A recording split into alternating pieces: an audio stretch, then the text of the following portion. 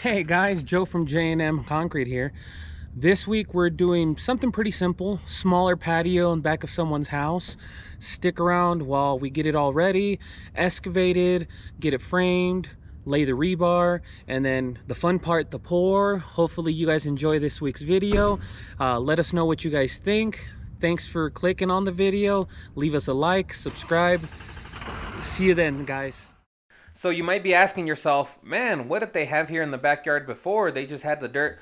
No, there was actually a little 10 by 10 patio with a concrete steps, but we forgot the camera when we got to the job, so we had to go back, pick up the camera, and then continue going from there. But starting here, what you're seeing is we noticed the soil was pretty good, so we removed all the organic material, all the little weeds and stuff. You'll even see me on my knees kind of plucking through and taking care of that.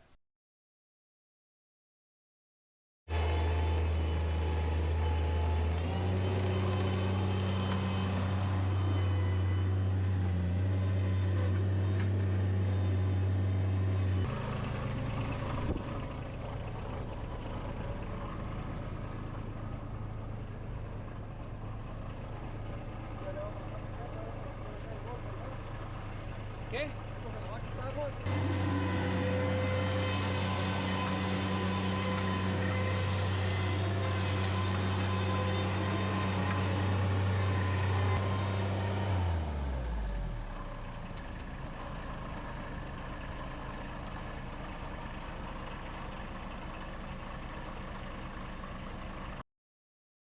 You saw me there removing by hand a little bit of weeds and grass. You don't want to have any organic material under your concrete because it will rot away and then it'll leave a gap and your concrete will settle.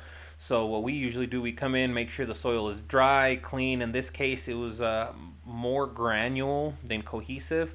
So we were able to use up some of it. We did haul some of it away.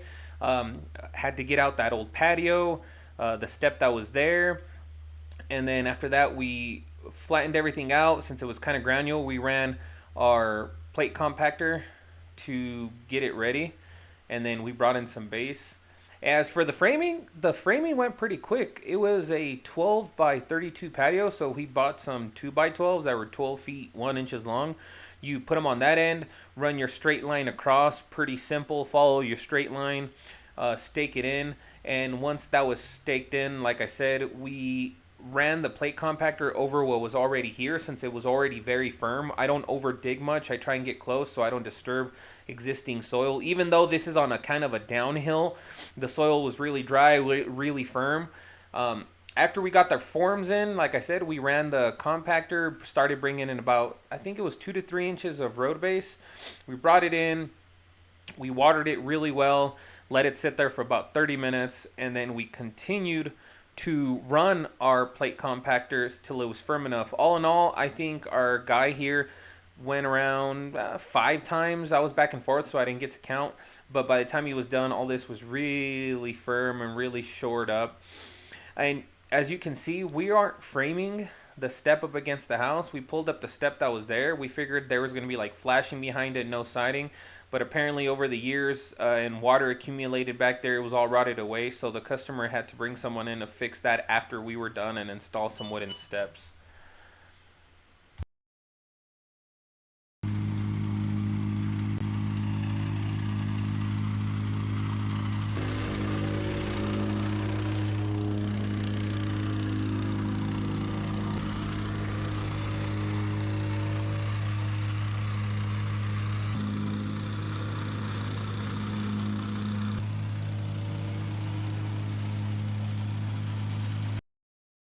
After running the compactor, we closed off this side over here. Yeah, we were going to open it up to get the power buggy in, but we want to make sure that it's framed in right. The stakes will stay in place, but when the pour happens, we unscrew it, pop the form off. And then here you see us laying the rebar, that fiberglass rebar. Like usual, we did some 2 feet off center spacing. We drilled a couple holes into the foundation, 5 of them, just to stop any, I guess, vertical movement up and down. Nothing serious. We don't expect it to pull away, but there it is.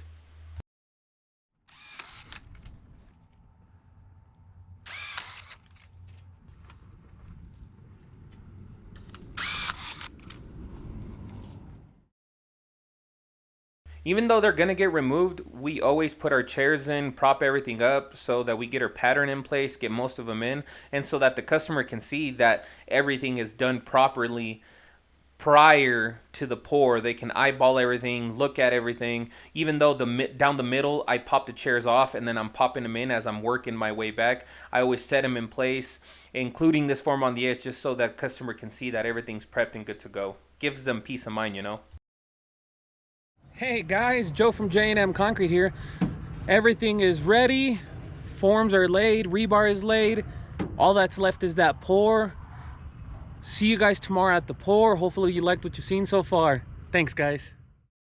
So when the mix showed up, it was a little lumpy. We added a gallon of water and then ran the mixer for a while and got it to where we wanted to. So if you're ever pouring, always double check, make sure it's very well mixed prior to pouring. You don't want that in your mix. But there it is, looking good now.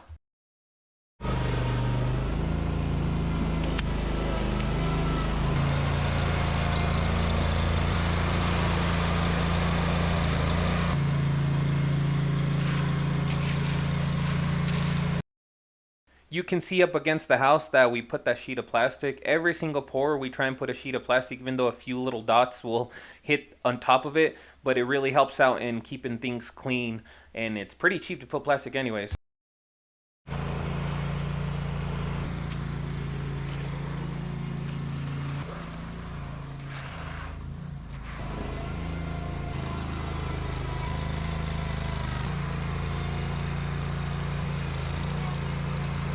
You can see as I work my way back, we move the form, we put in our chairs, and then I spray some of that lithic day one.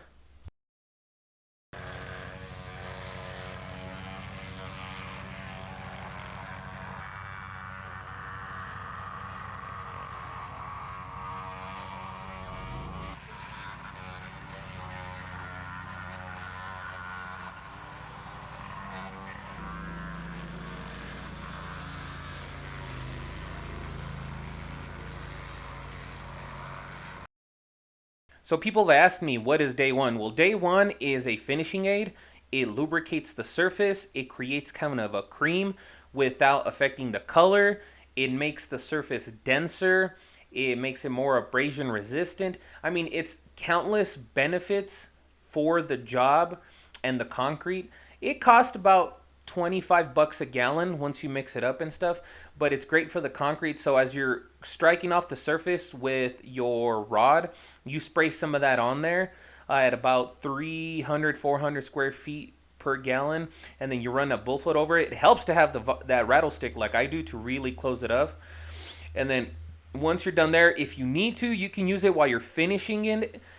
We really don't, but we like getting it in the surface at the time of the bull float so that we know that it has the benefit of having that compound mixed in with the surface. It becomes part of it and it really helps out with the overall curing process. Yo, ¿cómo no? Ya la tuve aquí.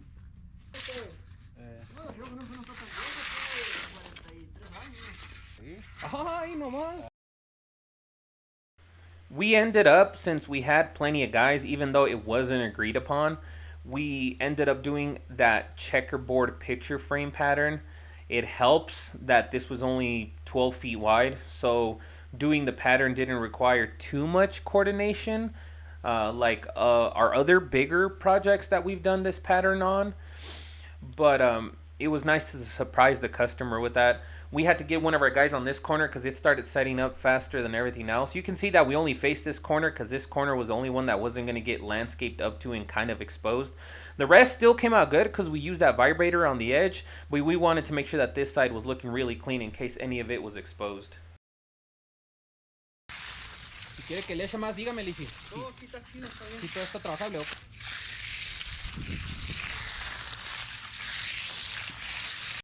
Even though this is concrete and we know there's aesthetic imperfections if you look close enough, after everything is said and done, I still like to walk in this case, the patio, go around, check the edges, the joiner, just so that everything is done right and there isn't any little pinholes. Now there is, at the end of the day, you do miss some eventually, but it pays to go through and double check that all the edge marks and the joiner marks and everything's reshined properly. We even went back to the first two squares and refinished them and rebroomed them just so that the broom was a little bit lighter. Little tiny details that make a difference.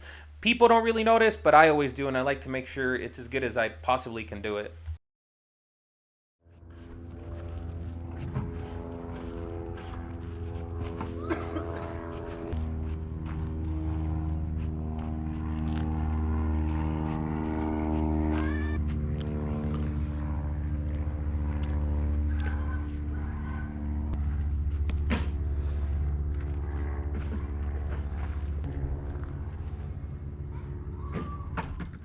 All right, guys, the pour came out great.